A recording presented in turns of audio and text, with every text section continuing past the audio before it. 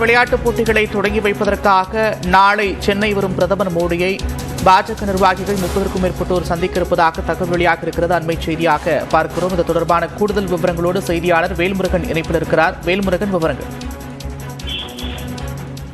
குறிப்பாக 3 நாள் பயணமாக குறிப்பாக நரேந்திர மோடி அவர்கள் சென்னை வர இருக்கிறார். குறிப்பாக பல்வேறு திட்டங்களோடு கேலோ இந்தியா திட்டத்தை துவக்கி வைத்த பிறகு டிடியினுடைய அந்த புதிய தொலைக்காட்சியினுடைய அந்த திட்டத்தையும் மறு ஒளிபரப்பு செய்வதற்கான அந்த ஏற்பாடுகள் செய்யப்பட்டிருக்கிறது. இதனைத் தொடர்ந்து நேரடியாக ஓய்வெடுப்பதற்காக ஆளுநர் மாளிகைக்கு பிரதமர் நரேந்திர மோடி ஓய்வெடுக்க செல்கிறார்.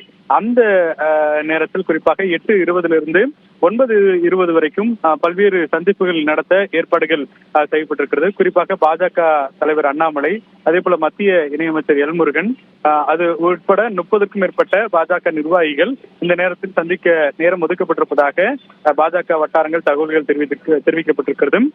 குறிப்பாக அதனைத் தொடர்ந்து மறுநாள் காலை 8:20 பிரதமர் நரேந்திர மோடி இங்கே சென்னையிலிருந்து திருச்சி புறப்பட்டு அங்கே ஸ்ரீரங்கத்தில் தரிசனம் செய்கிறார். அதற்கு பிறகு ராமேஸ்வரம் சென்று அங்கிருந்து மீண்டும் மதுரை வழியாக டெல்லி புறப்படுவதற்கான ஏற்பாடுகள் செய்யப்பட்டிருக்கிறது.